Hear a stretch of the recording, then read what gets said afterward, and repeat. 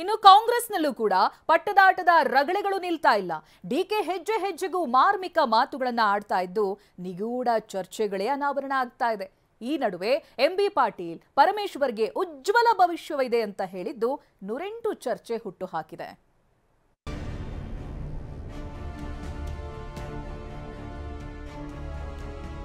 It is my bound duty to lead the party. ಮುಂದಿನ ಚುನಾವಣೆಯಲ್ಲೂ ಕೂಡ ಕಾಂಗ್ರೆಸ್ ಪಕ್ಷನ ಗೆಲ್ಲಿಸೋದಕ್ಕೆ ಅವರು ಮುಂದಾಳತ್ವ ವಹಿಸಿಕೊಂಡು ಮಾಡ್ತೀನಿ ಅಂತ ಹೇಳಿ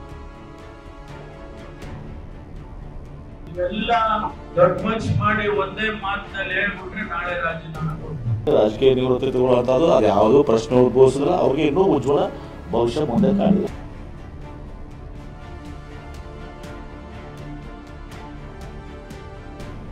ಪಟ್ಟದ ಆಟಗಳು ಪಥವನ್ನೇ ಬದಲಿಸಿವೆ. ಕುರ್ಚಿ ಕಾಳಗ ಭಿನ್ನ ವಿಭಿನ್ನ ಕಥೆಗೆ ತಿರುಗಿದೆ. ಎಲ್ಲವೂ ಶಾಂತ ಅಂತ ಅಂದುಕೊಂಡ್ರೆ ತೆರೆಮರೆಯಲ್ಲಿ ತಂತ್ರಗಳು ಮಾರ್ಮಿಕ ಹೆಜ್ಜೆಯನ್ನಿಟ್ಟಿವೆ. ಅದರಲ್ಲೂ ರಾಜಣ್ಣ ಬಹಿರಂಗವಾಗಿ ಡಿಕೆ ವಿರುದ್ಧ ಅಸಮಾಧಾನ ವ್ಯಕ್ತಪಡಿಸಿದ್ರು, ಬಂಡೆ ಮಾತ್ರ ಸೈಲೆಂಟ್ ಆಗಿಯೇ ಮಾರ್ಮಿಕ ಬಾಣಗಳನ್ನ ಹೂಡುತ್ತಾ ಬಂದಿದ್ದಾರೆ. ಡಿಕೆ ಹೇಳಿಕೆಗಳನ್ನ ಒಳಹೊಕ್ಕಿ ನೋಡಿದ್ರೆ ಅದರ ಹಿಂದೆ ದೊಡ್ಡ ಸಂದೇಶವೇ ಅಡಗಿದೆ.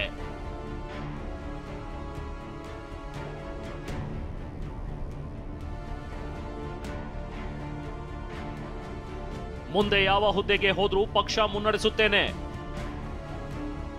ಸಂಘಟನಾ ಮಂತ್ರದೊಂದಿಗೆ ಡಿಸಿಎಂ ಡಿಕೆ ನಾಯಕತ್ವ ಜಪ. ಸ್ಥಾನ ಶಕ್ತಿ XYZ ಕಥೆ. ಏನಿದು ಡಿಸಿಎಂ ಮಾತಿನ ಮರ್ಮ? ರಾಜ್ಯ ಕಾಂಗ್ರೆಸ್ನಲ್ಲಿ ಅದ್ಯಾವಾಗ ಕುರ್ಚಿ ಕದನ ಶುರುವಾಯಿತೋ, ಅದ್ಯಾವಾಗ ಸಿಎಂ ಸಿದ್ದರಾಮಯ್ಯ ಪರ ಆಪ್ತ ಸಚಿವರು ಬ್ಯಾಟಿಂಗ್ ಮಾಡೋಕೆ ಶುರು ಮಾಡಿದ್ರೋ ಆಗ ಡಿಕೆ ಹೆಜ್ಜೆ ಇಟ್ಟಿದ್ದೆ ಮಾರ್ಮಿಕ ಹಾದಿಯಲ್ಲಿ. ಒಂದೇ ಕಲ್ಲಿಗೆ ಎರಡು ಹಕ್ಕಿ ಎಂಬಂತೆ ಸಂದೇಶ ಹಾಗೂ ನಾಯಕತ್ವ ಅನ್ನೋ ಅಸ್ತ್ರಗಳನ್ನ ಎದೆಯಲ್ಲಿಟ್ಕೊಂಡೇ ಎಚ್ಚರಿಕೆಯಾಗಿ ಮಾತುಗಳನ್ನಾಡ್ತಿದ್ದಾರೆ.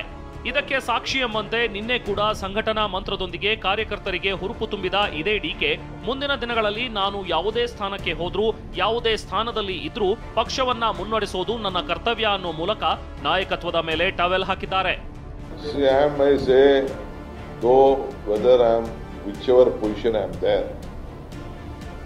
Whichever position I am there, it is my bound duty to lead the party. Positions will not make you to lead the party. Your vision, your commitment, the leadership will definitely, whether we may become X, we may be Y, we may be Z, that is not important. The party has given us a lot of strength. We are leaders on our position. We are leaders on the strength given by the Congress party.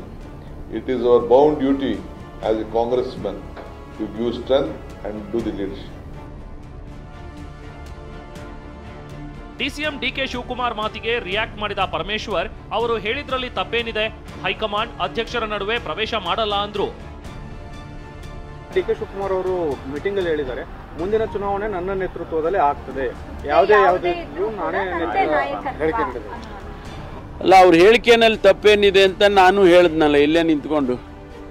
ಅವ್ರು ಹೇಳಿಕೆ ಕೊಟ್ಟಿದ್ದಾರೆ, ಹೇಳಿಕೆನಲ್ಲಿ ಏನು ತಪ್ಪಿಲ್ಲ. ಅದೆಲ್ಲ ಹೈಕಮಾಂಡಿಗೆ ಬಿಡುವಂಥದ್ದು. High command ಮತ್ತು ಅಧ್ಯಕ್ಷರ ಮಧ್ಯದಲ್ಲಿ ನಾವು ಪ್ರವೇಶ ಮಾಡೋದಿಲ್ಲ. ಅವ್ರಿಗೆ ಬಿಟ್ಟಿದ್ದು, ಹೈಕಮಾಂಡಿಗೆ ಬಿಟ್ಟಿದ್ದು. ಸಿದ್ದರಾಮಯ್ಯ ಪಕ್ಷ ಗೆಲ್ಲಿಸೋಕೆ ಮುಂದಾಳತ್ವ ವಹಿಸ್ತೇನೆ ಎಂದಿದ್ದಾರೆ. ಒಂದು ಕಡೆ ಡಿಕೆ ನಾಯಕತ್ವ ವಿಚಾರವಾಗಿ ಟ್ವಿಸ್ಟ್ ಮೇಲೆ ಟ್ವಿಸ್ಟ್ ಕೊಡ್ತಿದ್ರೆ ಸಿಎಂ ಪುತ್ರ ಯತೀಂದ್ರ ಹೇಳಿಕೆ ಇನ್ನೊಂದು ರೀತಿಯ ವ್ಯಾಖ್ಯಾನ ಹುಟ್ಟುಹಾಕಿದೆ. ಸಿದ್ದರಾಮಯ್ಯ ಮುಂದಿನ ಚುನಾವಣೆಯಲ್ಲಿ ಸ್ಪರ್ಧೆ ಮಾಡ್ತೇನೆ ಅಂತ ಹೇಳಿಲ್ಲ, ಆದ್ರೆ ಕಾಂಗ್ರೆಸ್ ಗೆಲುವಿಗೆ ಮುಂದಾಳತ್ವ ವಹಿಸ್ತೇನೆ ಅಂತ ಹೇಳಿದ್ರು.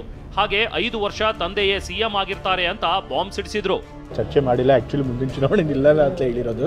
ಬಟ್ ಆದರೆ ಅವ್ರು ಏನು ಹೇಳಿದ್ದಾರೆ ಅಂತಂದರೆ ಮುಂದಿನ ಚುನಾವಣೆಯಲ್ಲೂ ಕೂಡ ಕಾಂಗ್ರೆಸ್ ಪಕ್ಷನ ಗೆಲ್ಲಿಸೋದಕ್ಕೆ ಅವರು ಮುಂದಾಳತ್ವ ವಹಿಸ್ಕೊಂಡು ಮಾಡ್ತೀನಿ ಅಂತ ಹೇಳಿದ್ದಾರೆ. ಅವರು ಚುನಾವಣೆ ನಿಲ್ತೀನಿ ಅಂತ ಖಂಡಿತವಾಗಿ ಹೇಳಿಲ್ಲ. ಮುಂದಿನ ಸರಿ ನನಗೆ ಲೀಡರ್ಶಿಪ್ ಕೊಟ್ಟು ನಾನು ಮಾಡ್ತೀನಿ ಅಂತ ಹೇಳಿದ್ದಾರೆ. ಆ ರೀತಿ ಸ್ಪಷ್ಟವಾಗಿ ಹೇಳಿಲ್ಲ. ಅವ್ರು ಚುನಾವಣೆ ನಿಂತ್ಕೋತೀನಿ ಅಂತ ಹೇಳಿಲ್ಲ.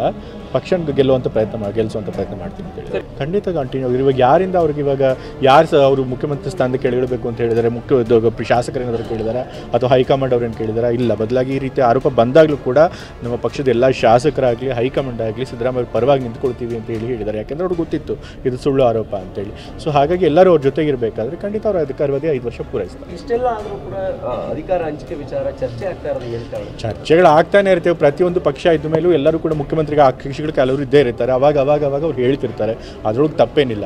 ಬಟ್ ನಮ್ಮ ರಾಷ್ಟ್ರೀಯ ಅಧ್ಯಕ್ಷರು ಹೇಳಿದ್ದಾರೆ ಅದ್ರ ಬಗ್ಗೆ ನಾವು ಮಾಧ್ಯಮಗಳ ಮುಂದೆ ಚರ್ಚಿಸಬಾರ್ದು ಅಂತ. ಹಾಗಾಗಿ ಹೆಚ್ಚು ನಾನು ಚರ್ಚಿಸ್ತೀನಿ.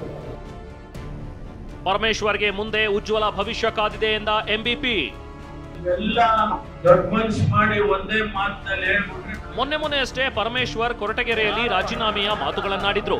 ಪರಂ ಮಾತಿಗೆ ರಿಯಾಕ್ಟ್ ಮಾಡಿದ ಎಂಬಿ ಪಾಟೀಲ್, ಪರಮೇಶ್ವರ್ ಮುಂದೆ ಉಜ್ವಲ ಭವಿಷ್ಯ ಕಾದಿದೆ ಅಂತ ಹೇಳಿದ್ದು ದೊಡ್ಡ ಚರ್ಚೆ ಹುಟ್ಟು ಹಾಕಿದೆ. ಅವರು ಯಾವ ರೀತಿಯಲ್ಲಿ ಹೇಳಿದ್ದಾರೆ, ಯಾವ ಅರ್ಥದಲ್ಲಿ ಹೇಳಿದ್ದಾರೆ ಪರಮೇಶ್ವರ್ ಗೊತ್ತು. ಪರಮೇಶ್ವರ್ ರಾಜೀನಾಮೆ ಕೊಡುವಂಥ ಪ್ರಶ್ನೆಯೇ ಇಲ್ಲ. ಅವರು ನಮ್ಮ ಪಕ್ಷದ ಅತ್ಯಂತ ಹಿರಿಯ ನಾಯಕರು, ಭಾಳ ನನಗೂ ಕೂಡ ಭಾಳ ಆತ್ಮೀಯರು.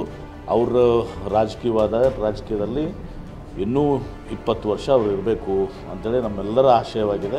ಆದರೆ ಪರಮೇಶ್ವರರು ರಾಜೀನಾಮೆ ಕೊಡುವಂತಾದರೆ ರಾಜಕೀಯ ನಿವೃತ್ತಿ ತಗೊಳ್ಳುವಂಥದ್ದು ಅದು ಯಾವುದೂ ಪ್ರಶ್ನೆ ಉದ್ಭವಿಸೋದಿಲ್ಲ. ಅವ್ರಿಗೆ ಇನ್ನೂ ಉಜ್ವಲ ಭವಿಷ್ಯ ಮುಂದೆ ಕಾಡಿದೆ.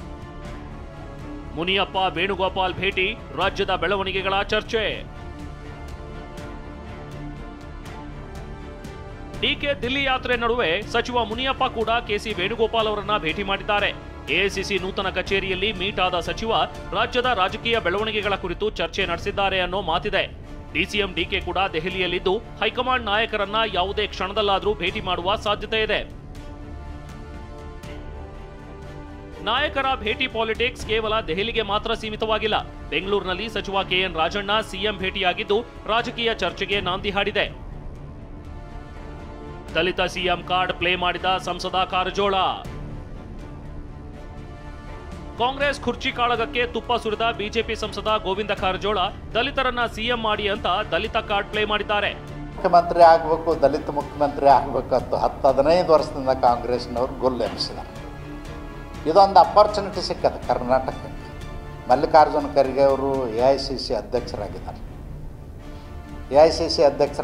ಸುಪ್ರೀಂ ಅಥಾರಿಟಿ ಕಾಂಗ್ರೆಸ್ ಅಂದರೆ ಮಲ್ಲಿಕಾರ್ಜುನ ಖರ್ಗೆ ಅವರಿಗೆ.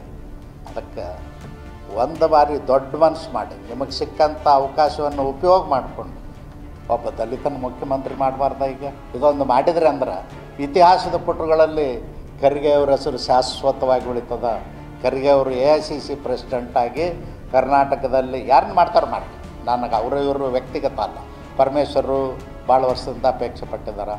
KH ಮುನಿಯಪ್ಪನವರು ಅಪೇಕ್ಷೆ ಪಟ್ಟಿದ್ದಾರೆ. ಖರ್ಗೆ ಅವರು ಅಪೇಕ್ಷೆ ಪಟ್ಟಿದ್ದರೂ ಆಗಿಲ್ಲ. ಬೇಕಾದ್ರೆ ಅವರೇ ಮುಖ್ಯಮಂತ್ರಿ ಆಗಲಿ. ಒಟ್ಟು ಕರ್ನಾಟಕಕ್ಕೆ ಈ ಕಾಂಗ್ರೆಸ್ ಅವಧಿ ಒಳಗೆ ಮುಖ್ಯಮಂತ್ರಿ ಆಗಬೇಕು ದಲಿತರು ರಾಷ್ಟ್ರಪತಿ.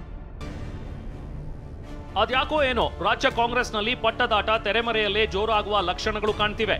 ಈ ನಡುವೆ ಡಿಕೆ ದೆಹಲಿಗೆ ಹಾರಿದ್ದು ಇನ್ಯಾವ ಸಂದೇಶ ಹೊತ್ತು ಬರ್ತಾರೋ ಕಾದು ನೋಡಬೇಕು. Bureau report TV9.